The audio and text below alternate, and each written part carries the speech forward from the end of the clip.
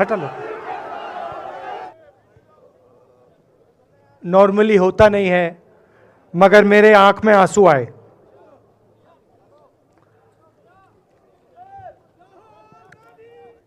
तो मैं ये सोच रहा था जब यहां आ रहा था, पैदल चल रहा था, और मुझे सिक्योरिटी वालों ने कहा था कि देखिए, आप पूरे हिंदुस्तान में चल सकते हो, जम्मू में भी चल सकते हो, मगर आखिरी जो 4 दिन हैं कश्मीर में, आपको गाड़ी से जाना चाहिए।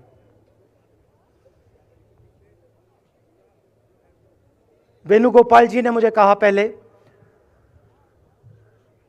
और जो ऑर्गेनाइज कर रहे थे उन्होंने कहा।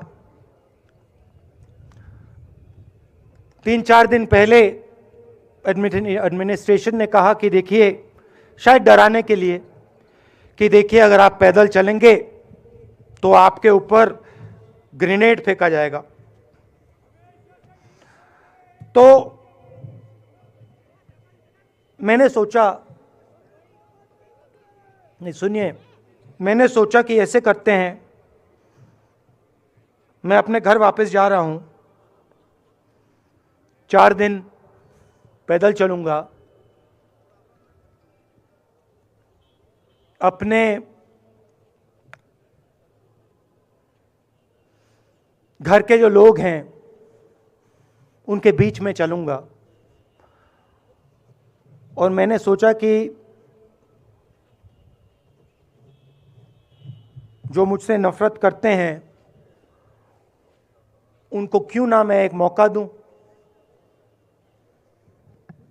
कि मेरी सफेद शर्ट का रंग बदल दें, लाल कर दें।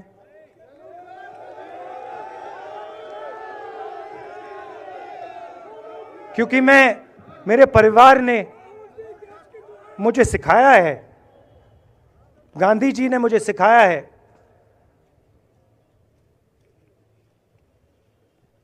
कि अगर जीना है तो डरे बिना जीना है, नहीं तो जीना नहीं है। तो मैंने मौका दिया, मैंने कहा मैं 4 दिन चलूंगा, बदल दो टी शर्ट का रंग, लाल कर दो, देखी जाएगी। मगर जो मैंने सोचा था वही हुआ। जम्मू कश्मीर के लोगों ने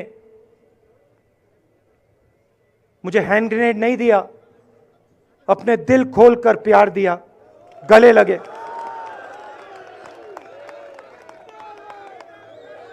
और मुझे बहुत खुशी हुई कि उन सब ने मुझे अपना माना, और प्यार से बच्चों ने, बुजुर्गों ने आंसुओं से मेरा यहां स्वागत किया। मैं अब जम्मू कश्मीर के लोगों से, और जो यहां हमारे सेना के लोग काम करते हैं, सीआरपीएफ के लोग काम करते हैं, उनको मैं कुछ कहना चाहता हूं। सबको, जम्मू कश्मीर के युवाओं को, बच्चों को, माताओं को, सबको, सीआरपीएफ के, बीएसएफ के, आर्मी के जवानों को, उनके परिवारों को, उनके बच्चों को मैं कहना चाहता हूं, देखिए, मैं हिंसा को समझता हूं, मैंने हिंसा सही है, देखी है। जो हिंसा नहीं सहता है, जिसने हिंसा नहीं देखी है, उसे यह बात समझ नहीं आएगी। जैसे मोदी जी हैं, अमित शाह जी हैं, आरएसएस के लोग हैं, उन्होंने हिंसा नहीं देखी है।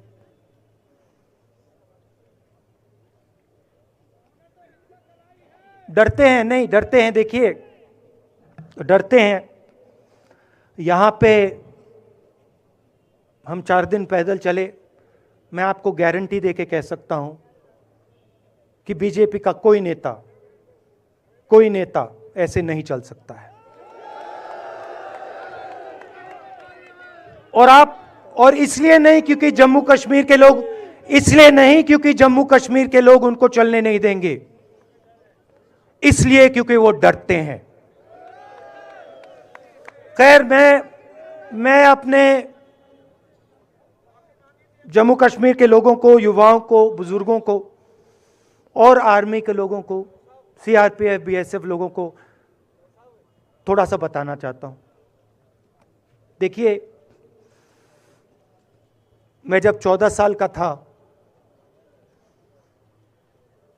स्कूल में था, सुबह ज्योग्राफी की क्लास में था, मैं पढ़ रहा था, सामने बैठा था और मेरी एक टीचर आई, अंदर आई और उसने कहा, राहुल तुम्हें प्रिंसिपल बुला रहा है। मैं बदमाश था, बहुत बदमाश था जब छोटा था, बहन से पूछ सकते हो क्या क्या करता था मैं, अभी भी करता हूं।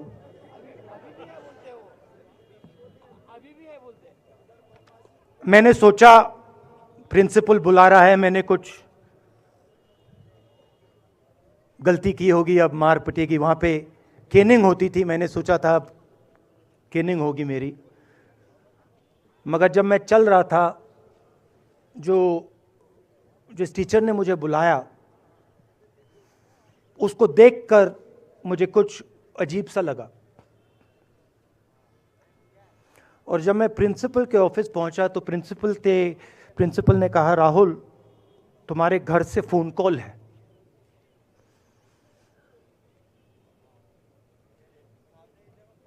और जब मैंने उसके शब्द सुने, मुझे पता लग गया कुछ गलत हो गया है। मेरे पैर कांपे और मैंने जैसे फोन अपने कान पे लगाया तो मेरे माँ के साथ एक औरत काम करती है, वो चिल्ला रही थी, राहुल दादी को गोली मार दी, दादी को गोली मार दी, दादी को गोली मार दी। 14 साल का था।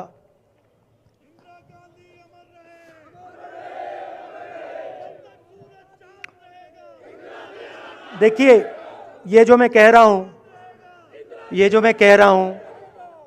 जो मैं अभी कह रहा हूं, ये बात प्रधानमंत्री को नहीं समझ आएगी, ये बात अमित शाह जी को नहीं समझ आएगी, ये बात डोवल जी को भी नहीं समझ आएगी, मगर ये बात कश्मीर के लोगों को समझ आएगी, ये बात सीआरपीएफ के लोगों को समझ आएगी, ये बात आर्मी के लोगों को समझ आएगी, उनके परिवारों को समझ आएगी। तो उन्होंने मुझे कहा, नाम ओंगमू है उसका, उसने कहा दादी को गोली लग गई, दादी को गोली लग गई। और फिर मुझे गाड़ी में वापस ले गए, प्रियंका को मैंने स्कूल से उठाया, मैं वापस गए।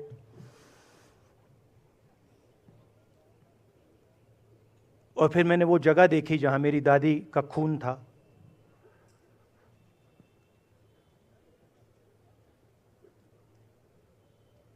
पापा आए, माँ आई, माँ बिल्कुल हिल गई थी, बोल नहीं पा रही थी।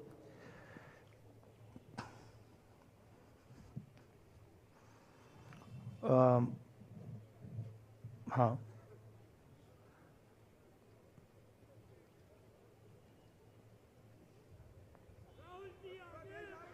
फिर क्या हुआ, तो जो हम लोग हैं जिन्होंने हिंसा देखी है,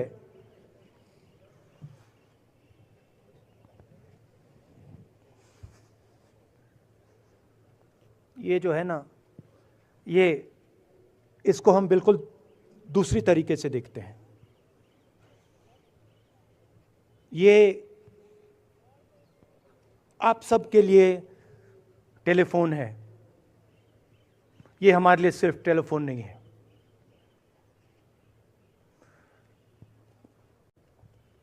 उसके बाद 6-7 साल बाद मैं अमेरिका में था और फिर से टेलीफोन आया। 21 में टेलीफोन आया। जैसे बहुत सारे, जैसे जो पुलवामा में हमारे सैनिक मरे थे, उनके घर टेलीफोन आया होगा। हजारों कश्मीरी लोगों के घर टेलीफोन आया होगा। सेना के परिवारों को टेलीफोन आया होगा। वैसा ही टेलीफोन आया। पिता के एक दोस्त थे, उन्होंने मुझे फ़ोन किया और कहा, राहुल बुरी खबर है। मैंने उनसे कहा, मैं जानता हूँ, पापा मर गए। कहते हैं हाँ। मैंने कहा धन्यवाद, फ़ोन रख दिया। तो मेरा कहना है जो हिंसा करवाता है, जैसे मोदी जी हैं, अमित शाह जी हैं, अजीत डोवल जी हैं, आरएसएस के लोग हैं, वो इस बात को समझ नहीं सकते हैं, वो दर्द को समझ नहीं सकते हैं।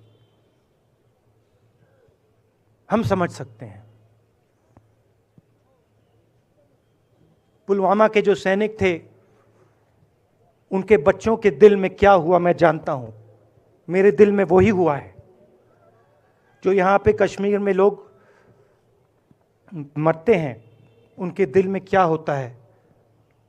जो फोन कॉल आता है, क्या लगता है, वो मैं समझता हूं, मेरी बहन समझती है। तो कल किसी जर्नलिस्ट ने मुझसे पूछा, यात्रा का क्या लक्ष्य है।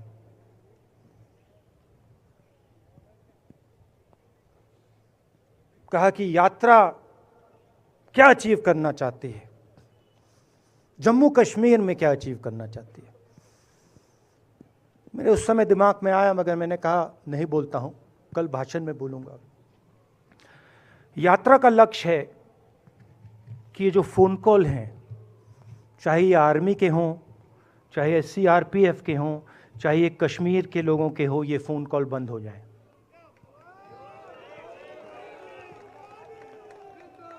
कि ये फ़ोन कॉल किसी बच्चे को, किसी माँ को, किसी बेटे को ना लेना पड़े।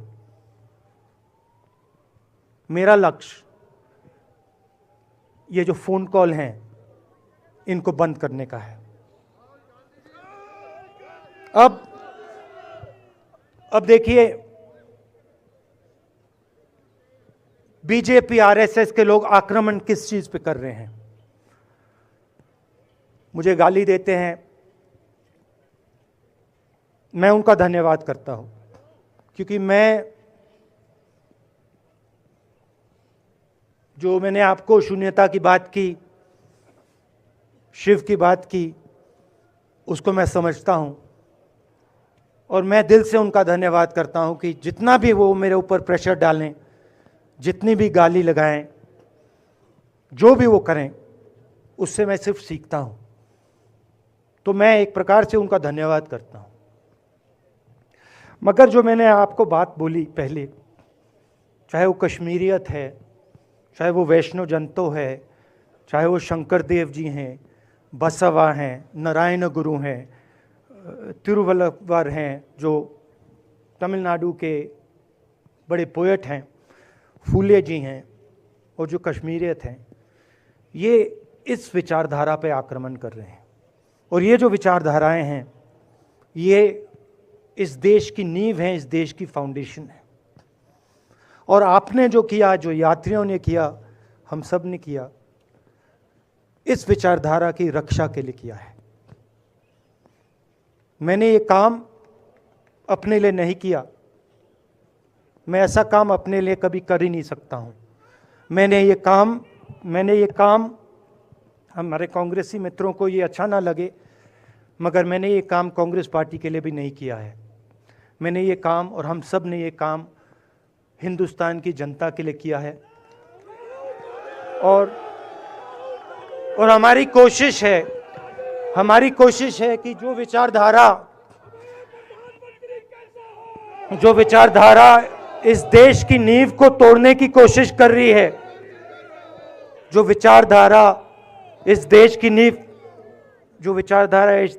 नींव को तोड़ने की कोशिश कर रही है, उसके खिलाफ हम खड़े हों, मिलकर खड़े हों, नफरत से नहीं, क्योंकि वो हमारा तरीका नहीं है, मोहब्बत से खड़े हों। मैं जानता हूं कि अगर हम मोहब्बत से खड़े होंगे, प्यार से बात रखेंगे, तो हमें सफलता मिलेगी। और उनकी जो विचारधारा है, उसको हम सिर्फ हराएंगे नहीं, मगर उस विचारधारा को हम उनके दिलों से निकाल देंगे। हम देश को याद दिलाएं कि हिंदुस्तान मोहब्बत का देश है, इज्जत का देश है, भाईचारे का देश। तो हमने जो कहा था, छोटा सा कदम लिया है, बड़ा कदम नहीं है। नफरत के बाजार में मोहब्बत की दुकान खोलने की कोशिश की। धन्यवाद। जय हिंद। खबर को अभी लाइक करें, शेयर करें, अभी चैनल को सब्सक्राइब करें और घंटी जरूर दबाएं।